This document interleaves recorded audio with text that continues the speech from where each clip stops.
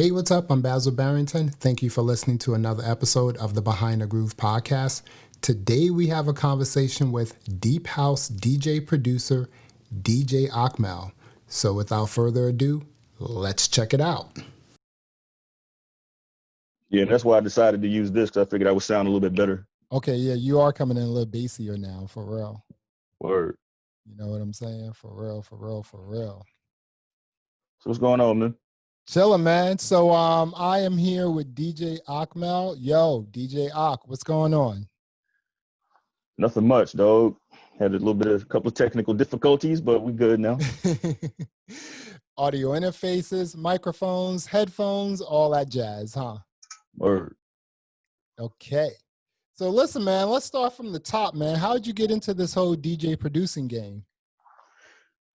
Well, actually started DJing when I was about 15 or so, 15, 16 in high school.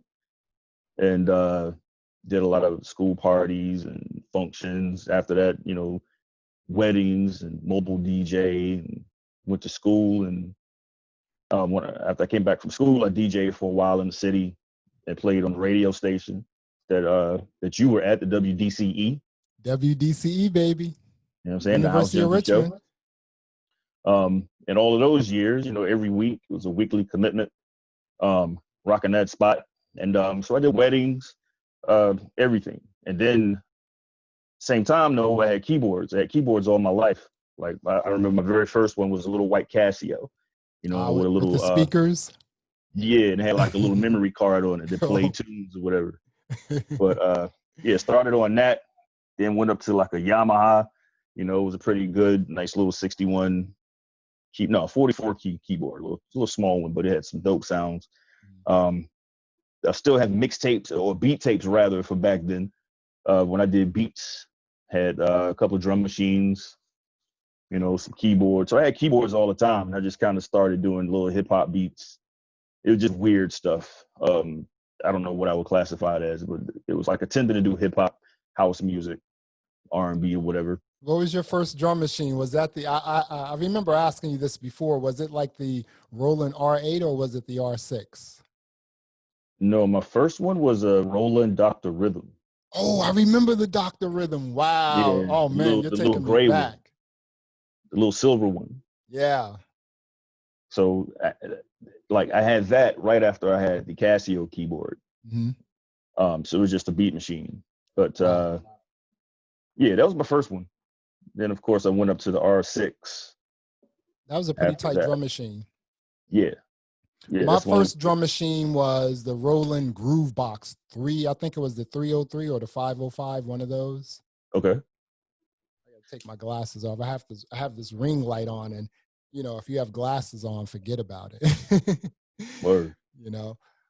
Okay, so you started DJing 15. We linked up in Richmond. We started doing the radio show. Those were really fun times too, having crazy fun on a Saturday night. And we did, I think our time was what, like midnight to 2, or was it 9 to 2? What was it? It was crazy. I think it was midnight to 2 or something like that. It was late. Then sometimes we went until 4, 5, 6 o'clock, right? Yeah, that was the advantage of being the last show. That's true. Play till you want it, You drinking anything, man? Nah, I thought about pouring me a nice cold beer, but I'm like, but I'm chilling. I just had one. That's what's up. Okay, so you DJ, and then the production. Well, okay, so you were also in the school band, and that's sort of how you got your musical flavors as well, right? Yeah. I was in school band from the 5th grade all the way through college. Oh my goodness. Yeah, that was my best class. It was always A's or B's. Were you in a band Greek letter organization in college? I was close. I almost joined Kappa Psi, KK Psi. Oh my goodness, really? Yeah, but I didn't stay at the school, so it didn't. But I think one of the guys talked me into trying to pledge, so I went through some of it. That's back when they was still halfway hazing or whatever. Hazing, we can't say that. That's illegal. you Oh, know. well, that's when they were halfway beating folks up. No, I'm just, breaking legs. And listen, dude, I'm in a fraternity, so I know exactly. Well, I can't say that, but okay. So we linked up. We were DJing in Richmond. We were also doing like parties outside of the radio show, and then how did I can't remember, but how did the both of us started producing together? I think at the time, well, we already know that we DJ'd, and I think I told you I had a keyboard.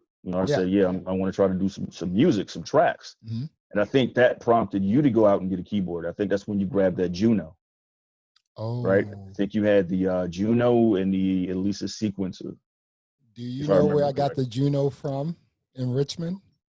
Nope. Backstage right on Broad Street. Oh, cool. Remember that spot? They had I used to just walk in there because they had like the party speakers, all the DJ gear. It was just like so amazing to just go into a spot like that and like Yeah. see all the gear and everything. So yeah, I do remember having the Juno. So I had the Juno, you had the R6, and Yep. you also had another keyboard. I mean, that keyboard had a floppy disk. Which keyboard was that? Or synthesizer? That was you know what? I'm not sure. It might have been another Yamaha. Man, I remember the way you used to sort of control that thing. You just had the floppies. You would throw them in, lay down like a little like rhythm, then like take it out, pull something from another floppy. Man, I was just like, Yeah. I mean, we went from floppies to just everything is completely digital Yeah. now, Yeah, and it's like I have hundreds of tracks right now still on the 3.5 floppy disks. Now, Like are I have those hip hop tracks, dance tracks? What are they? both hip hop house. Both. So like just so everyone knows, like DJ Aakmael is a DJ. He is also a producer. You have a very extensive catalog. How many projects do you have in your catalog? As far as released or Yeah, released. Digital, vinyl. wow, that's a good question. I think it's maybe 40 some releases, if I'm not mistaken, if I looked at Discogs correctly. Mm-hmm. But that's 40, and that's there are multiple like tracks per project, so you may have like a 4-track EP or something like that.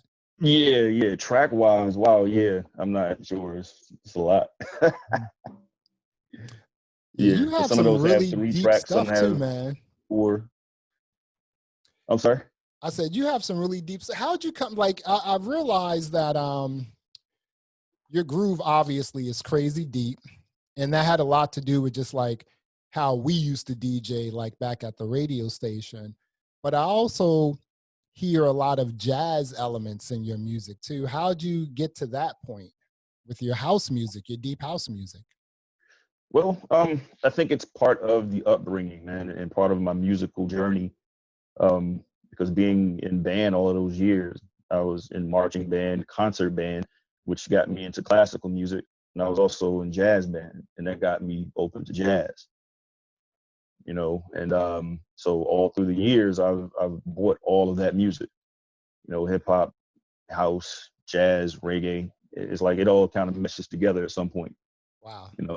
Mm-hmm. And so I like deep, I love deep, but I also love jazz house, Mm-hmm. excuse me, kind of jazzy, smooth stuff too. Right. But it still has to have a certain feel for me, Mm-hmm. I had I have a bunch of questions for you, but we've known each other for like 25, 30 years. So I'm just gonna hit you off with some like really, just sort of get just hit you off with some really interesting questions. First one is, who are your top 2 house music producers, other than yourself, obviously? At this time or just in general? At this time, because I kind of think who, like, maybe some from back in the day, I kind of think I may know who, at least have an idea of who those producers may be. But what Yeah, I mean, about right now? quite a few influencers, Mm-hmm. you know. Look, take me through your influencers. So who are some of the producers, DJs who like influence you to get you to the point where you are right now? All right. So when I was buying a lot of records, there were certain people who, no matter where I saw their name or production, because I'm one of these cats that would look at producers and not just the artist. If I saw that they produced something, I would always listen to the record, or if they had a label. Like, for example, Nick Holder is one of the cats that I would say influenced a lot of my ear, you know, when it comes to deep house, and his label D&H. My man Rick Wade, you know, really cool guy. His sounds. And you have GU, Clean Underground. He was more jazz house, you know. It's like he had some. I mean, he's still, all of them are still making dope stuff. And of Nick course, Holder Carrie. Oh, Carrie. Oh my goodness, dude! Yeah, I have to tell Carrie. you a Carrie Chandler story. I think you may have seen this, but and I think I spoke to you before about this. Just to touch on it, I saw a video of him DJing using 4 reel-to-reel deck machines. Yep, I think I saw that video. It was on, I think it was on Resident Advisor, and man, I was just like, oh, dude, look at this guy, because the reel-to-reel had like a pitch control on it, you know? Yeah. And I was like, wow, he killed it. So yeah, Carrie Chandler, you're right, because like even back in the day when we were like, you know, if we would buy music from Peaches or like roll up to DC to go to 12-inch dance, rest in peace, you know, Sam the Man Burns, we would always see, you know what I'm saying, right? Curtis Lee, you know, he kind of like showed us the ropes in terms. Curtis Lee would always use, he used to always just like put music, you know, like, yo, you got to get that, you know. So definitely big up to those, to Curtis Lee. But yeah, there were just some producers that you just always got. It was just like, oh, someone has a new release, you pick it up, right? And the other thing was, I mean, it's a bunch of other guys too, man. But the other thing was looking at labels. Right. You know, it's like, of course, the main one, Strictly, Nervous, New Groove. Anytime I saw a New Groove record, King Street. Oh, King Street, man. King Street. I mean, when I first was introduced to King Street Records, the sound was just ridiculous, wasn't it? Yeah, King Street. Who was Pal Joey? Which label was he on? That was Loop de Loop. Loop de Loop. Yeah, they had some. That was another label. Yep. Yep, that was another label. That was anytime I saw a record there. Yeah, it's a bunch of other ones too, man. What about the I was gonna say, what about, so a lot of those were 12-inch singles. So you know, they just had like a sleeve with the cutout in the middle. But what about some of those like European releases, even some of the American releases that had like really nice artwork on the full, like, you know, sleeve?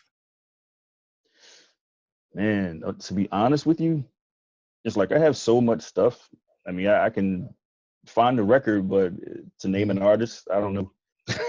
I see you have a bunch of vinyl behind you. Like, so what's in your record? I mean, like in terms of like pieces of vinyl, I mean, where are you reaching? How much vinyl do you have thus far? I think when I did an estimate, it was about not much, about maybe between 8,000 and 9,000 records, I think. Wow, dude. I think that's no, wait, I take that back, because no, that's right. Something like that. It's I need to actually catalog them and throw them on Discogs for real.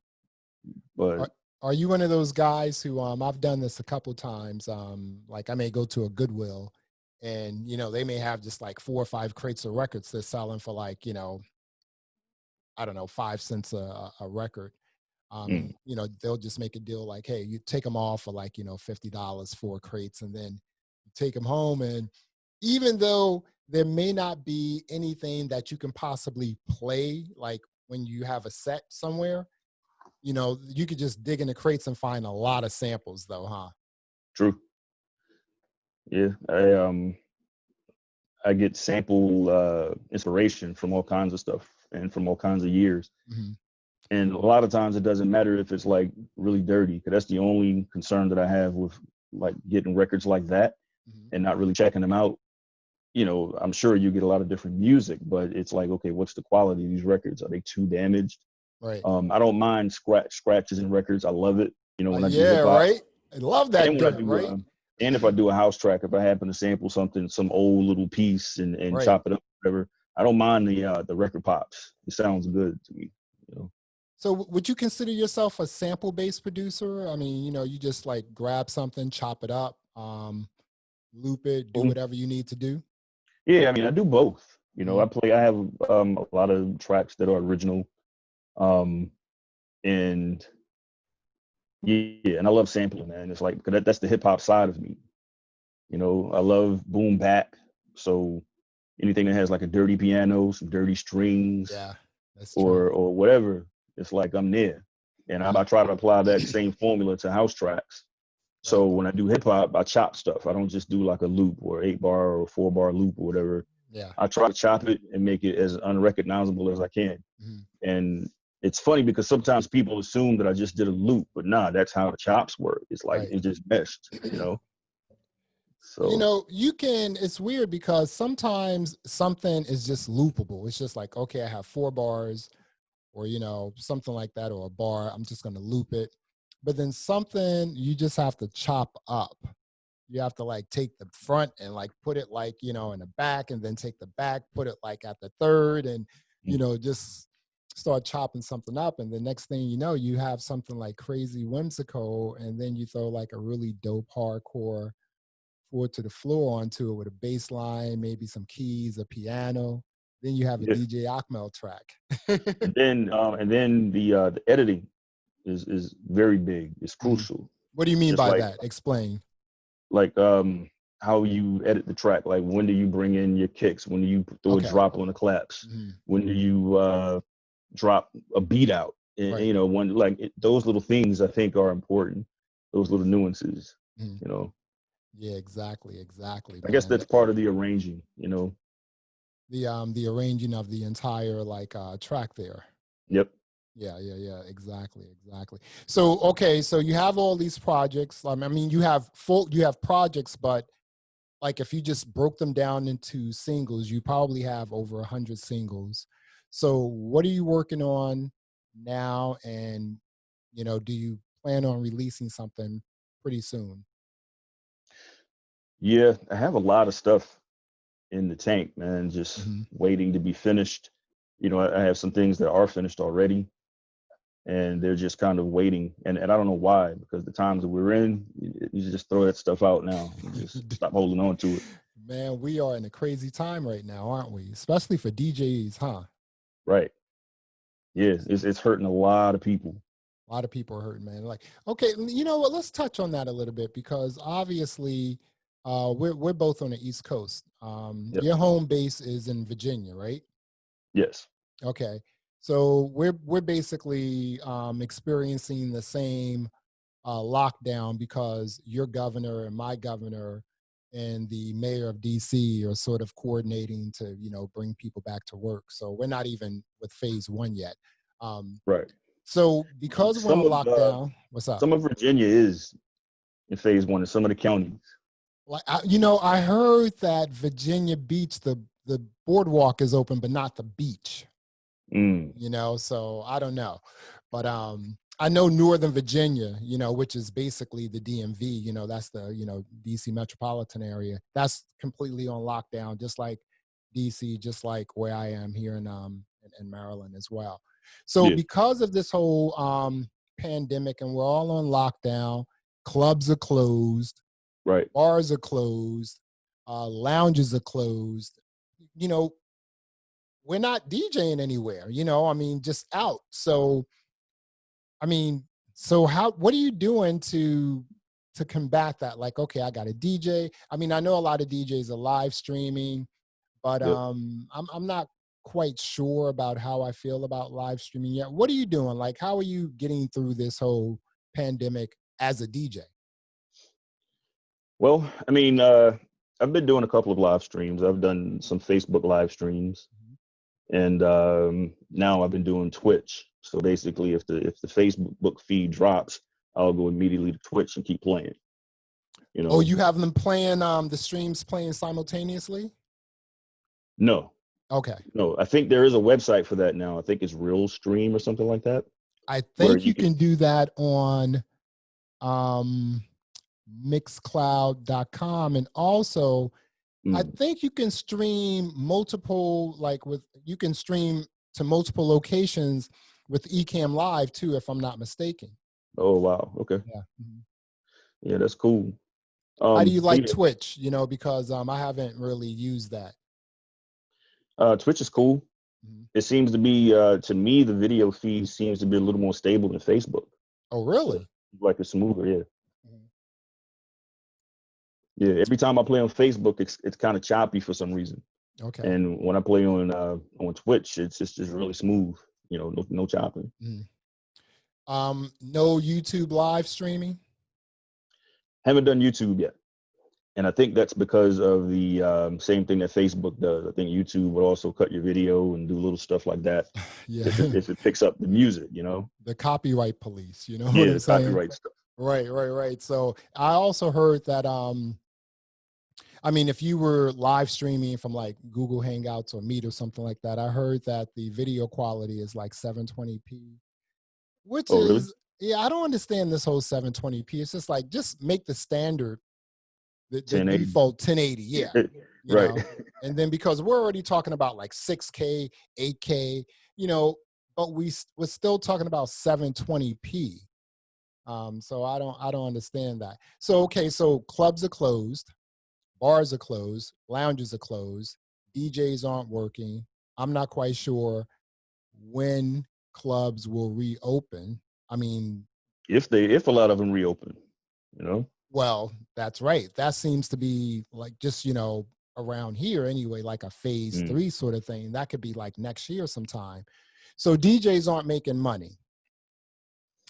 Not for the most part, I don't think. I think a lot of them are probably putting up their Cash App stuff, or maybe PayPal, you know, PayPal Me. And that was my next question. That's basically how DJs are making money in this sort of, you know, while we're on lockdown. Because even though there are places reopening, bars and clubs, they're not reopening. So you think that's like really viable, you know, in terms of, you know, just asking, you know, viewers or subscribers to, like, you know, make a donation or whatever you want to call it, like to Cash App or something like that to make money as a DJ? I mean, I think it's cool. I mean, because you know, especially if you have an audience, you have your followers and stuff on the platform, social media. I think it's a great way to engage with them. They can see something that they don't normally get to see, you know, you in your personal space. And sure, if they would like to contribute, I think it's a great thing. Yeah, that's true. And then also you can just release music as well, right? Yeah, you can just release some music. I added a couple things to my Bandcamp and put that out. So. Oh, really? Yeah, but it was things that I wasn't going to try to put on wax anyway. It was just a couple of things I just kind of had sitting on a hard drive, you know. What do you think about Bandcamp anyway? I think Bandcamp is an okay way to distribute your music, but now you have things like DistroKid that's not taking, you know, certain types of fees and things of that nature. So they definitely have some competition.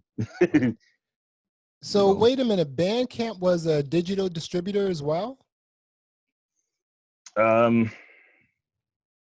Or you just put your music up on Bandcamp and sold your music on Bandcamp? Yeah, you just put it up there and sold it. I think, DistroKid is more of an aggregator. Right, an aggregator, exactly. Yeah. And I think with DistroKid, you pay like, you know, that what is it, like $20 a year or something like that? It's like an annual subscription. It's something crazy. It's not expensive at all. Yeah. I had been using CD Baby for a really long time. They're really expensive, you know. Yeah. Because they charge you per release. So.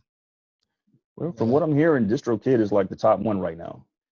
Yeah, you know, that's what I heard. You know, I've been really looking into United Masters. That's a company that's owned by Steve Stout. And, you know, he Okay. has like relationships with like all, you know, professional teams, a lot of them anyway, the NBA. Um, and, you know, I also think that, you know, if he likes an artist or a producer or something like that, he'll contact you, or someone on his team will contact you and say, hey, you know, maybe we should work together, or maybe I can promote you. So it's Gotcha. sort of like that, you know. So That's pretty cool. that's pretty cool, right, man? Yeah. Okay, so the pandemic has us like DJing on, you know, live streaming. Um, at least we can produce, and I think that's pretty cool to be able to produce and release music. Do you? It seems like what I have been seeing is a lot of DJ producers during this lockdown producing and releasing a lot more tracks. Have you seen that too? Actually, yeah. Yeah, Mhm. I've been seeing people put more things out. I think it's just because we have more time to finish stuff and process, you know. Right, right, right. Yeah, that's very interesting. So, I don't sometimes, you know, if you remember, like sometimes you would go someplace to hear a DJ, and then the DJ is like playing something really dope, and but when you go up to the DJ booth, he has the vinyl covered, so you can't even figure out what it is. Right, like the old school, like, dude, what is that? Like, that's pretty dope, you know. So the reason why I bring that up Yeah. is because, like, sometimes you don't necessarily want people to know what's in your recording studio, but if you had a piece of gear that you couldn't live without, what would it be from your recording studio, your DJ, you know, recording studio? Well, right now would probably just be my machine, you know. Well, Which version or model do you have? it's just the first machine that came out, the first Mhm. generation. It's not the micro or anything like that. It's just the first regular size one. You know what's weird about the machine, dude, and just Native Instruments in general? So I was like big on Tractor. I was like, hey, you know, Tractor 1 was cool, Tractor 2, and then they were just sort of stuck in limbo with Tractor 2. And then they Mm, sort of veered off into the whole production side of it, right? So, you know, I had received a bunch of like Native Instruments gear, and you know, I have like the Machine Studio. yep. And you know, I just never, and I still have it, I just never got into it. And I know people swear by it, but I just never got into the machine. Am I missing something here? I don't know. I mean, because I mean, I had an MPC 2000 XL, Mhm. and I remember that. I remember you had that yeah, one. Mhm. and when I started playing around with the machine, I was sold, man. It's like, after that, I sold my MPC. Really? Now it's like I feel like I regret it. I should have kept it just because of an MPC 2000 XL, but I sold it and put that money towards the machine, man, and haven't looked back. You Right, know, right, right. Well, what do you think about the new Akai MPC sort of like line of the Digi. I mean, a lot of it's digital, you know, or most of it is. I mean, what do you think? I don't know. I mean, I've been seeing a lot of people talk about it, Yeah, you but know, what I feel is, so I remember when you had the 2000, you said the 2000 XL, right? yep. Yeah, and the thing about the MPCs is they just added a bit, like, I mean, you can just throw stuff into the MPC and you had like instant saturation and like instant swing, Mm. like on, you know, just things you sort of imported into the MPC and also made. Um, Plus, it and had I, like a natural gloss, like yeah, overall, right, it exactly, you sounded know, wet. You right. know, But I noticed though with your tracks, you have like you know, your swing is like groovy. It's just like, I mean, do you play your keys like that, or do you add swing during the production process? I mean, how are you doing that? well, I think it depends on the keys Hmm. and like especially the drums. I'll just add a swing to a certain percentage Right. Hmm. in the drums. Oh, thought I What? heard something. Never mind. I'm hearing stuff, man. But Uh-oh. See, we're on lockdown, dude. A lot is happening now, man. We're just like, oh, who's that? What's going on? You know? it Um, was my AC. oh, okay, yeah.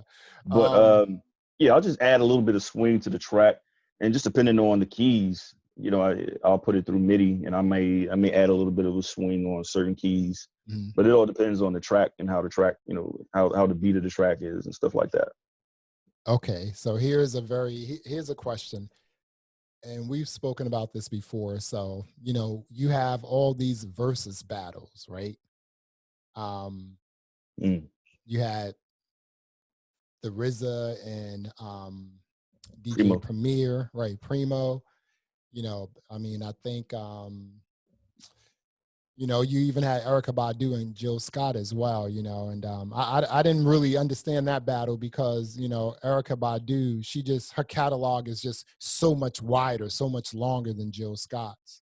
You know, even though Jill Scott has a beautiful voice, it's like nice and it's big.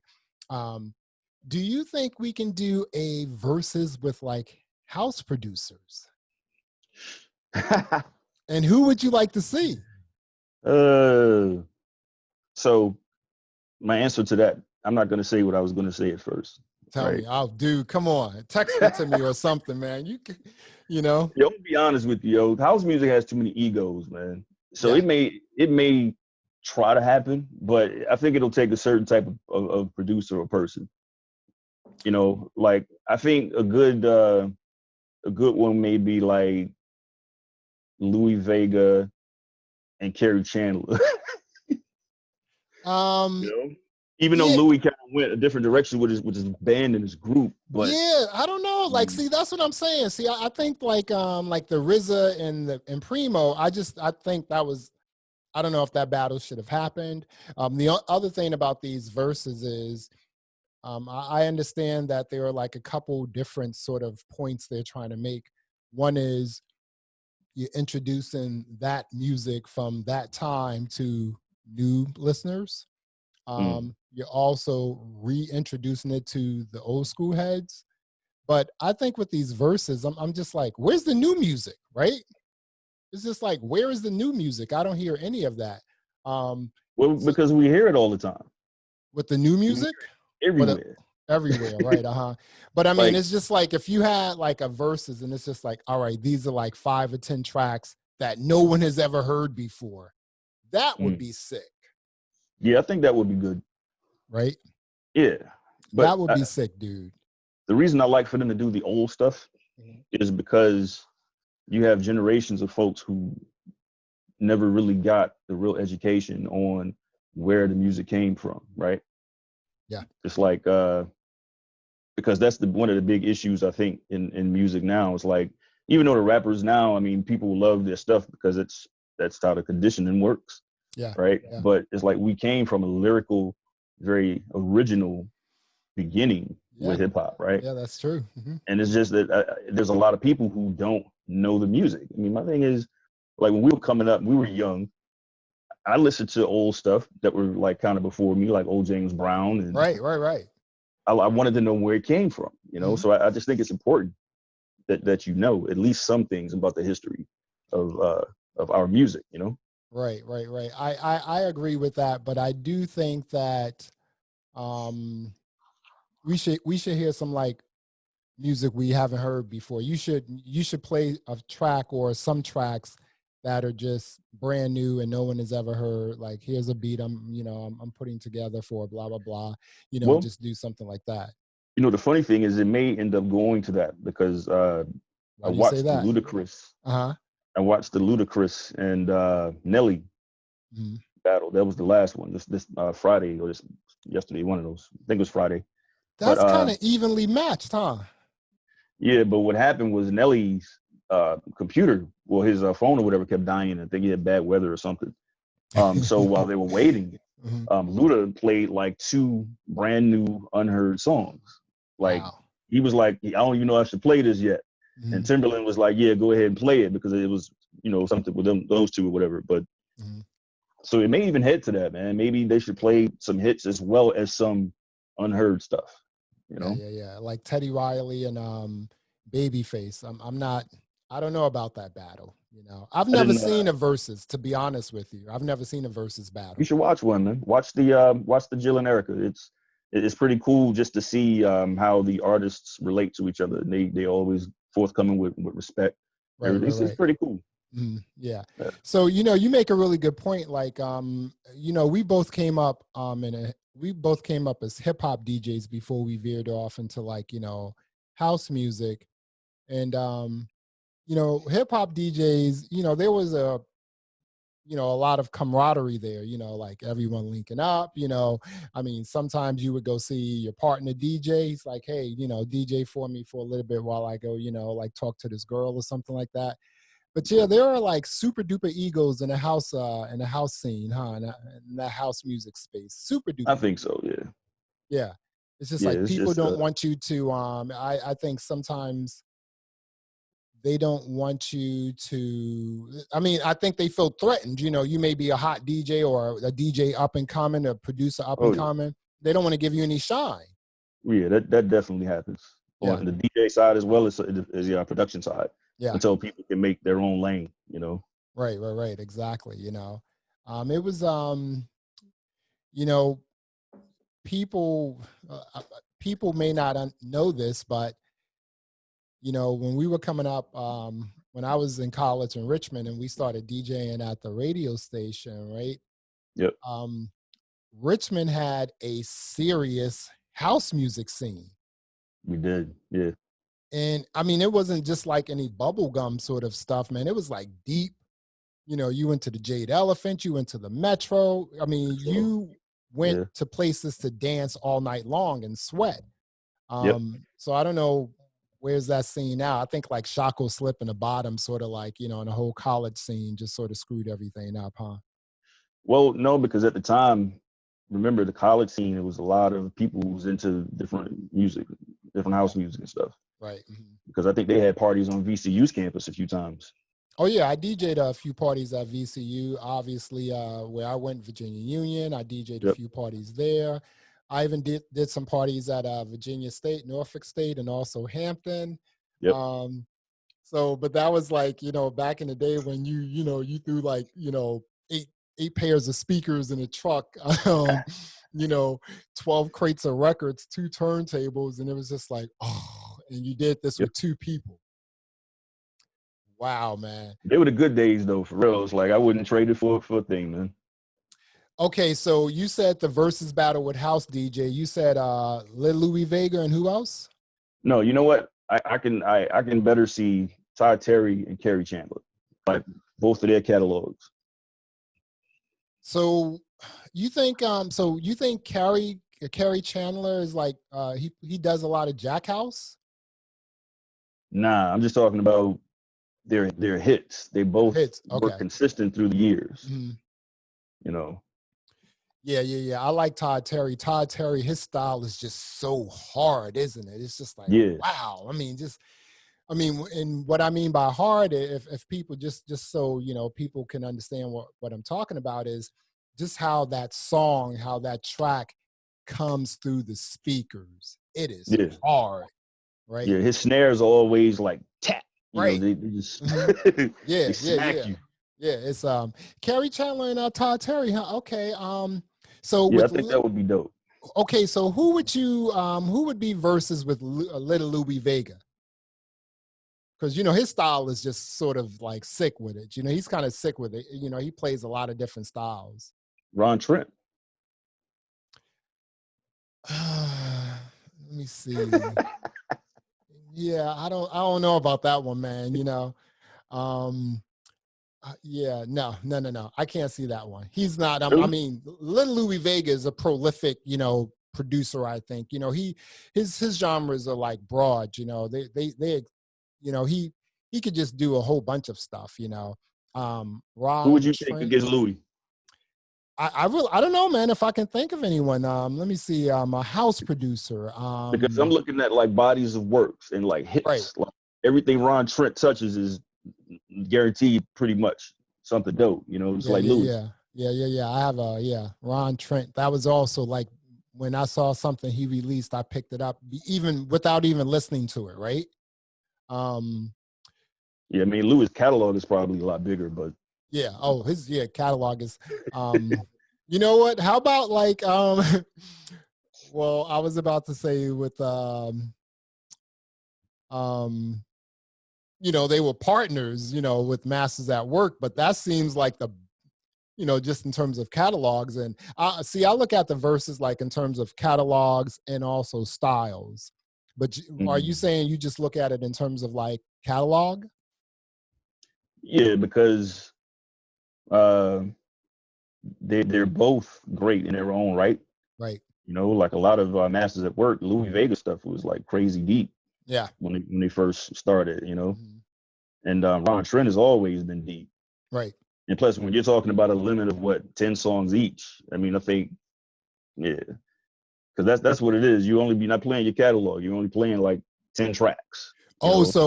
See, like again, I've never seen a versus because I'm not really into it, you know. Yeah, I think it's like 10 or 12 tracks each, 10 or something like tracks. That. Yeah. Okay, so I have a versus, but I don't know who the other person is. DJ Aakmael. And that's a good one. DJ Aakmael and Deep Dish. Oh, nah. No, really? Yo, Deep Dish catalog is ridiculous, man. Oh, it's like Deep Dish. What about they have a crazy catalog. They have a crazy, I mean, and that's even, you know, yeah, they were releasing, I mean, they're based out of DC when they were coming up. You know, that's like Dubfire and who's the other guy? Sharam or Sharam. Yeah, they plus their early works were like deep, and then they got a little harder as the years went on, you know. They got deep and sort of veered into deep minimal, right? So, well, they had some hard stuff too. Yeah, they definitely stuff. Yeah. Okay, so DJ Aakmael, so Deep Dish is a no-go. No, it would have to be someone in a similar vein. Like there's this guy Moomin that I hear that, you know, I like a lot of his music.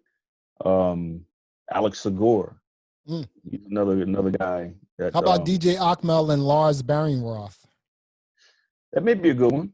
That may be a good one. Top, you know, grab your tens, you know, because he's sort of deep, he's sort of dubby, you know, right? Yeah, Lars has some good stuff. Yeah, Lars, I definitely listen to a lot of his stuff, his mixes, his music. Could there be a DJ Aakmael versus At Jazz? Nah, man. Top 10. I mean, like not top 10, but you know, all we're doing is selecting 10, right? We're not talking about like the extent of the catalog. We're talking about like grabbing 10 of your tracks you want to showcase. And At Jazz is prolific, right? Yeah, he's one of the cats that like I love all of his like most of his mixes, man. He's an excellent producer, I think. Okay, who's going to put the versus battle with house producers together? Who's going to start that? I don't know, because I mean, I think it would be a great idea, and not to say to copy off what the other verses is doing, but I just think it's great to have so people can see the camaraderie, you know, in the music, and the musicianship. I think it's a good thing, and you get to hear something you maybe never heard before. You kind of get to see the producer's personality. You know, you kind of get to see how they are, how they talk. You know, some guys you don't know what they even sound like just speaking. You know, so I think it's cool. Yeah. Okay, here you go. Tiesto versus who? Tiesto. You know what? I'm not sure because I don't listen to that. I knew you were gonna say that, like Tiesto. You know, yeah. Dude, I remember like I had like someone had some. I knew a friend whose company had Skybox at the Verizon Center in Washington D.C. It's Capital One Arena now, but that was like when Tiesto was doing his arena tour. Okay. So he came to the Verizon Center, and you know he was just basically in the middle of the like arena, rocking 3 turntables, like 2-3 crates of vinyl, and killing it, Ak. I was just like, yo, people, I mean, I'll say this about Tiesto. man, he's got a serious handle. He is a serious DJ. Do not sleep on this guy. He Yeah, I've is never seen him. serious. I've never seen him play. I was very impressed with this guy. I was like, wow, he has a handle. He's like rocking. I mean, obviously Carl Cox would rock three 1200s as well, but he was rocking it. I mean, he was vinyl. I was just like, wow, he was killing it, man. People were just like so excited to hear him. And it was weird because I think that was like kind of the first DJ who became like a rock star, you know? You might be right. I don't know too much about him. Yeah, I'm not talking about, like Junior Vasquez, when he did like the if Madonna calls, I'm not here. Yeah. Right. Yeah, I remember that. Right. But that was I remember that. I heard that track for the first time at the Sound Factory. That was his residency in New York. Yep. The Sound Factory had 30-inch bass woofers on the floor. And man, you would get there at like, 1, 2 a.m., party until like 11 a.m. Junior would just be rocking it. Okay, so do you have a verses you think you may want to see? What, in like house or hip hop or just in general? Well, yeah, either one. I know on hip hop, I would love to see Alchemist and Havoc. So I heard about that, right? Or Alchemist and Ninth Wonder. Okay, so this is what I think. I think what a lot of people may not know is Havoc's production credits are extensive. This guy has produced a lot of hit tracks. Yeah. And, I like that because, Havoc and Alchemist, they're kind of in the same category, but again, you're just selecting 10 tracks, right? It's like that all the time, 10 tracks. Yeah, I think it's either 10 or 12, something like that. They keep it to like a 20 or around 20. Okay, so I'm going to put because if not, it'll be going on for 5 hours. Right. Right. I mean, who wants to view that like on a phone, right? A mobile device. Okay, I'm gonna throw a name out and you pick the other verses. Okay. Pete Rock. Who's the other person? Versus who?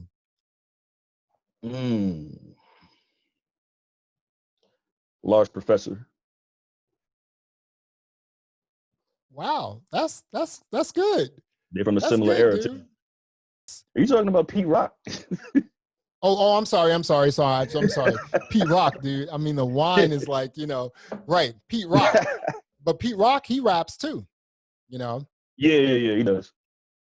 Okay, I'm gonna ask you another hip hop question. Okay. All right. Top 5 artists of all times for you, hip hop. As far as producers or rappers? Rap groups, yes. Rappers, groups, whatever. Well, I mean, my favorite, hands down, always has and will be Wu. Wu-Tang. I love Wu, right? Them, just as a group, right now. Well, wait a minute. Of all times. Of all time, I would probably have to say, I don't know. I'm gonna have to say Wu, man. I'm biased. Your top 5. Okay, that's 1. Who else? All right, that's 1. So I would have to put the Griselda camp because those guys are killing it. Man, they got some fire, dude. Did you see the new track that West Side just put out? Yeah. Man, that's off his new album. Dude, I am feeling Griselda so much. Yeah. They just have fire. Yeah, Conway, West Side, Benny, and then you have Benny's crew, which is Black Sopranos. Yeah. Right? And that's like, I think El Camino and just a whole bunch of, like, all of them are dope, man. It's like, I've been on them for a few years now. Oh, before they even like signed with Shady, huh? Oh yeah. Yeah. They have a lot of mixtapes, man, underground, straight underground heat. Do you think that Griselda is the next Wu? You know what? It's funny that you asked that because I was surprised that they didn't get signed under Wu. And it's probably because, they already have their own following and everything. But to me, they would have been today's Wu, because they sound a lot like Wu's early days to me, you know. Right. Just that straight, raw, nasty, whatever, didn't care type, you know, raw beats, dirty beats. Right. You know? But Yeah, yeah, that's I true. think them. So that's two. Yep. I think I love Houdini. That was one of my favorite rap groups. Can I give you a Houdini story before you go on? Sure. Okay, so back in the day on the Mr. Magic show, he had a rap competition, you know. The winner would receive a contract with Marley Marl, Mr. Magic, the whole nine. So I was in this crew called DSI. It was called Devastating Sounds Incorporated. You know, crew names back in the day were whack, right? So it was like it was like 3 rappers. I had 3 rappers and I was the DJ. 4 rappers, I'm sorry. 4 rappers and I was the DJ. So we submitted our track, you know, for this competition. And it was just basically, you know, my rappers, you know, they were just spitting over the Tom Tom Club's track, you know, what you gonna do when you get out of jail, that joint, right? Yeah. And so we ended up, so the finalists were Houdini and my crew. Oh, snap. But Houdini ended up winning, so we came in second, and I think we got like I think we did a show like somewhere and maybe gotten like, you know, just some t-shirts or something like that. Yeah. But that's my Houdini story. So cool. I don't believe you said Houdini is it. Okay, so that's 3 right there. So you have Wu, Griselda, Houdini. Okay, who else? No, these are just my personal picks. It's like, you know, I'm not doing like who I think are the greatest rappers of all time or whatever, but it's like, but as far as groups, Houdini, I think Outkast is another one. Okay. But I mean, however, Outkast lost me after the 3rd album, like for real. But their first 3 albums, like magnificent. So they only have what, 3 or 4 albums? What do they have? How many albums? Well, no, I think after Aquemini, they came out. That's when they started doing the fast stuff. And then I think they had another album where they did like it was a double, where it was one side was Andre, another side was Big Boy. Right. Something like that. But yeah, they have some stuff, man. I like some of that fast stuff. It showed like their diversity, you know, like Bombs Over Baghdad was pretty dope. Yeah, I couldn't get with that, man. It was a club banger, dude. You know? Yeah, it was straight club. I mean, you heard that at black clubs, you heard that at white clubs, you heard that all across. That was like an international hit for real. Yeah, and that was like Wu's Gravel Pit. Like I wasn't a big fan of Gravel Pit, but I get it, you know. Okay, that's 4. 5.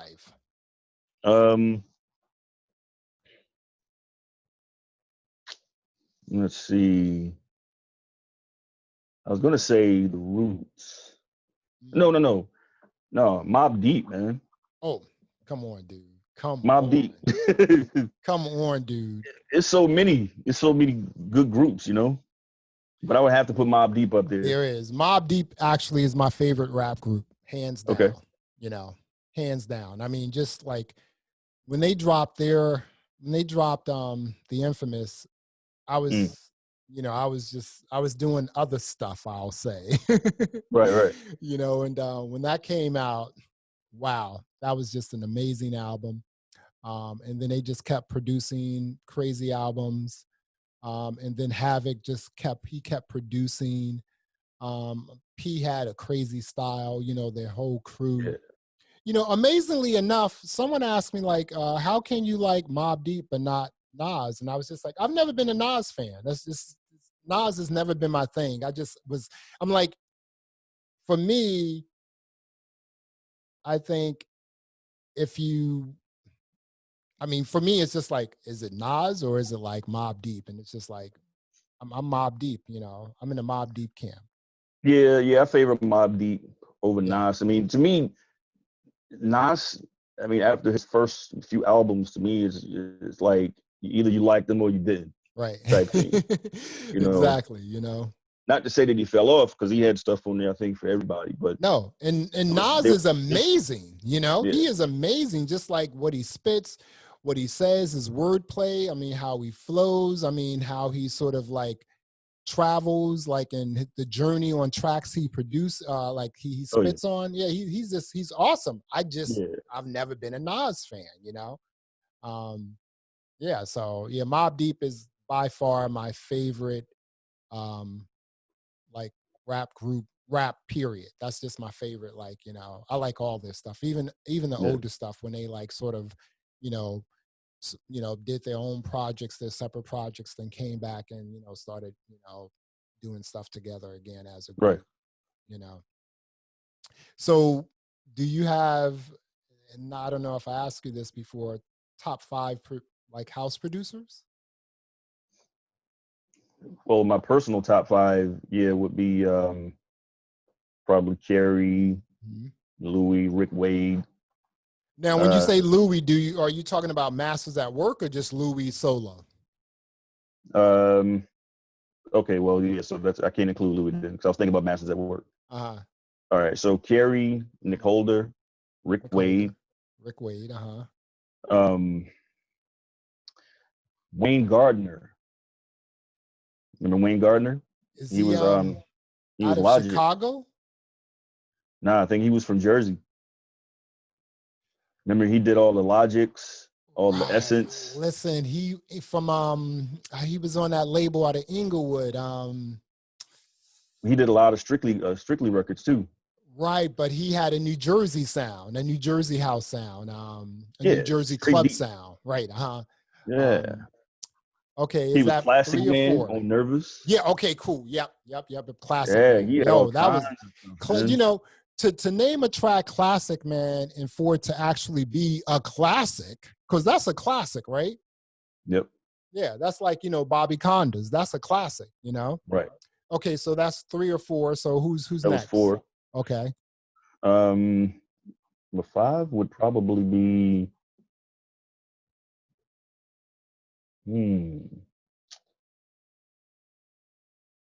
let's say Ron Trent. Ron Trent, okay. And you Ron, would do Ron, Ron Trent and not like, so do you think Ron Trent and like Larry Levan was sort of in the same category? no, I don't think so. Okay. Ron Trent is out of Baltimore, or is he out of New York? He's out of Chicago, I think. Chicago, I mean. Okay, cool. Who's the cat out of Baltimore? Well, yeah, Baltimore has a lot of people too. You have the Basement Boys. Right. You have Charisma, Spin. Mhm. Um,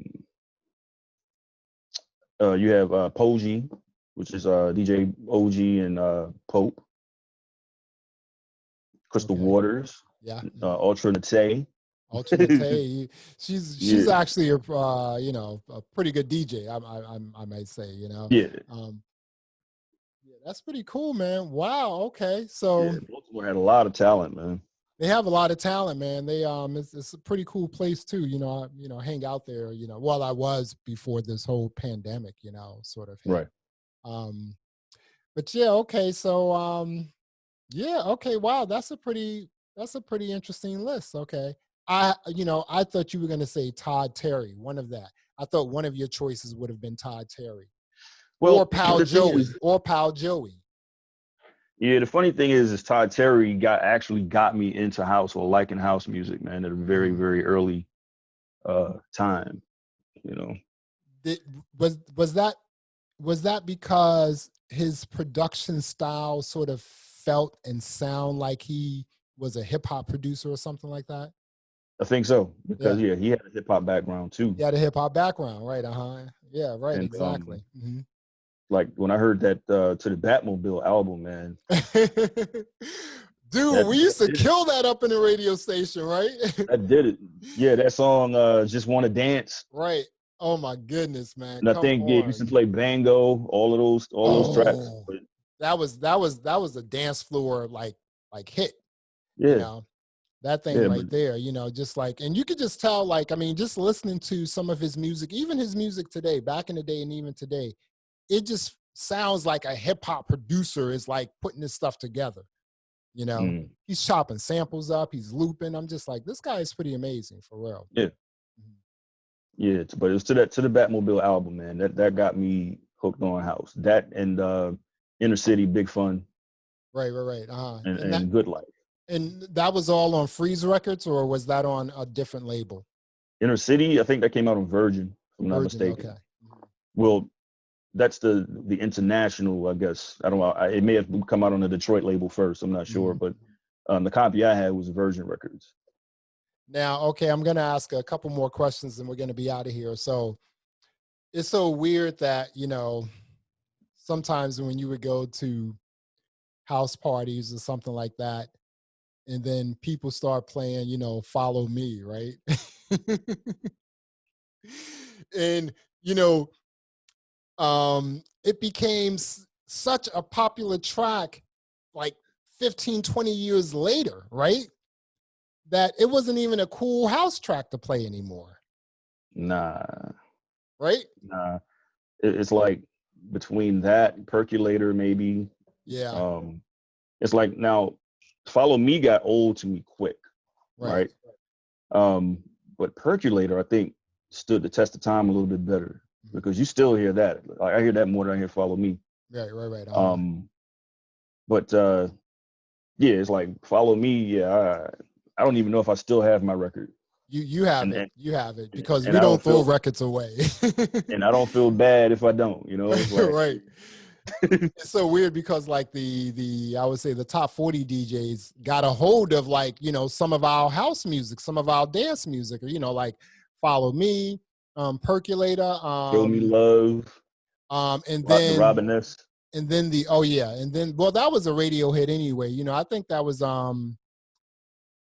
pretty big when I first came out. That was pretty big at Danceteria in New York. But and the other one is, wait for it, Hot Music. I still love that record, man. That's that. People don't even understand how old that record is. Right. And the thing is, it ticks me off when DJs speed the thing up. I'm like, come it's already fast, you know? But they speed it up faster for some reason. Yeah, I know. Ridiculous, man. It's like they don't play it slow and like play it at the right tempo. You know? Do you like the B-side of Hot Music? Yeah. That was Give It Up. Right, right, exactly. Yeah, Give It Up, and it was one more track I think after that, but I forgot the name. It was like a slight remix of Hot Music. But it's a little shorter. But that was Pal Joey, right?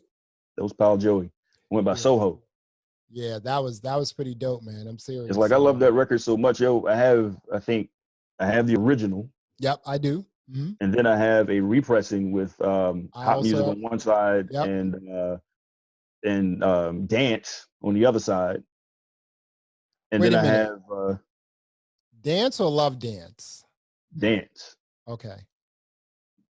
Remember the Pal Joey Dance? Right. I was thinking about Love Dancing, but Love Dancing was pretty dope too, right? Yeah, that was a Strictly record. Yeah, that was Strictly. That was Roger Sanchez.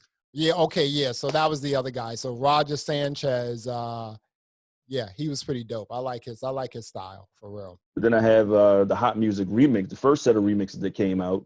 That was like they were just done a little bit different. And then they had a remix pack with like 3 brand new songs. You know what? With they're just all that he remixed himself, all different pianos to the same drum beat. It's crazy. You know what? That the original was just so sick, man. It's just like all the other remixes just didn't do it any justice, you know. I mean, just the way the original moved, the way it sounded on the dance floor, it's like kind of like a trash can sort of sound, and then you had like that record down, it was perfect. And you know what? Here's the thing, like right?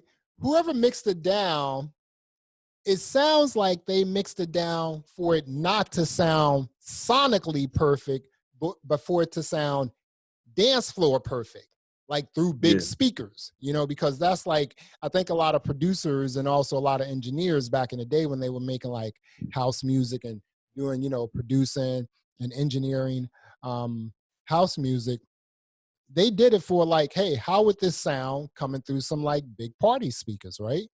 Yep. Yeah. So they made it loud. Made it loud, you know, like, you know, exactly.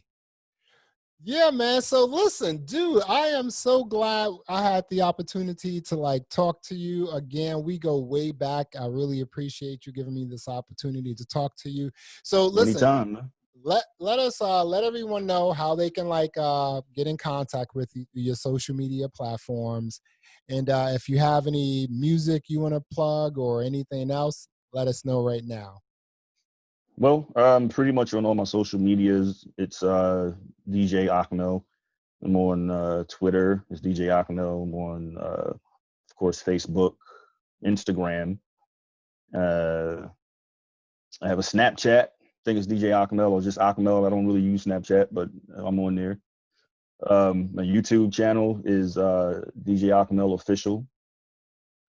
And as far as some new music, yeah, man, I've been sitting on this one record for a while, and no one's really ever heard it, but it's going to be like a 3-track EP. It may be 4, but it may be a 3-track EP.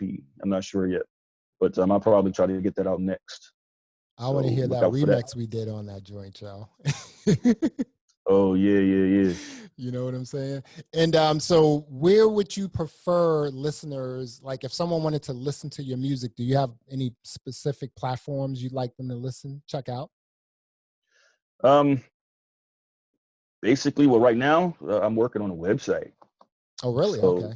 Yeah, so eventually I'll have stuff up on there. But right now, yeah, my stuff is all like any of the record store downloads or, all the track sources, the Beatports.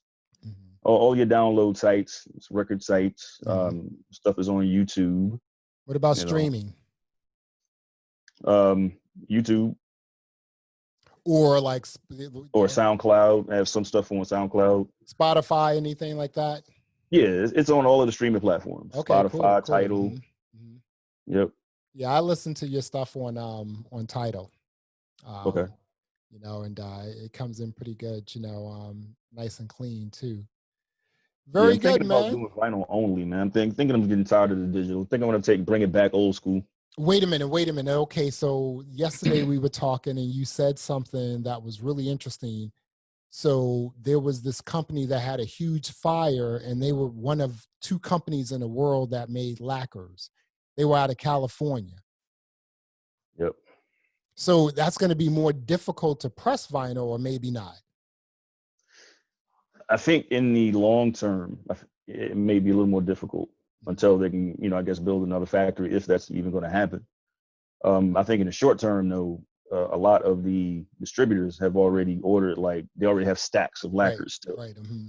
that they're still going through. So some of them are going to survive for a little while because of that. I think maybe they slowed down some of their release schedule, to help with that. But I know I've talked to a couple, and they said, well, yeah, right now they're good on their lacquers because they pre-order their stuff. So are you saying this next release will be on vinyl, or like you're thinking about it? I mean, what do you? Yeah, this will be on vinyl. Yeah, really? And it's kind of a special release because it's my first one on Unexposed since 2015. So it's like a 5-year hiatus. And the other thing, I'm going to open it up to different artists too. What do you mean by that? I'm going to have I want to put various artists together, and on that track that we did. I think it'll be perfect on there. Because I have that track of another cat that I mess with sometimes, Hot Coffee. He has this really, really, really deep track, man. It's like it's gonna fit perfect on it. So yeah, I'm thinking about opening up Unexposed for more artists.